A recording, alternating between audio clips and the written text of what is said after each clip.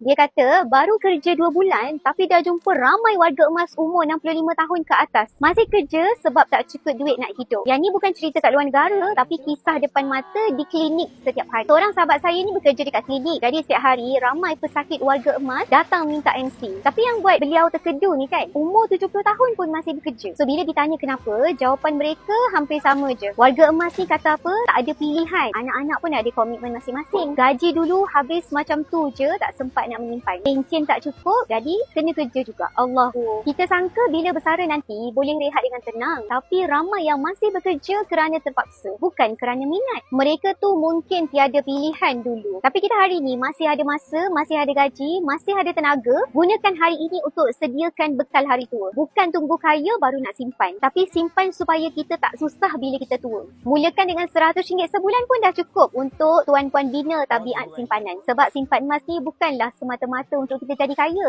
tapi supaya hari tua kita tidak meminta-minta. Kalau anda nak mula menyimpan emas serendah RM100, saya boleh bantu guide step by step. Isi beg biru dekat bawah ni ataupun terus hubungi saya. Kita mula dari sekarang, bukan tunggu bila terpaksa. Bertindak sekarang, lambat tinggal.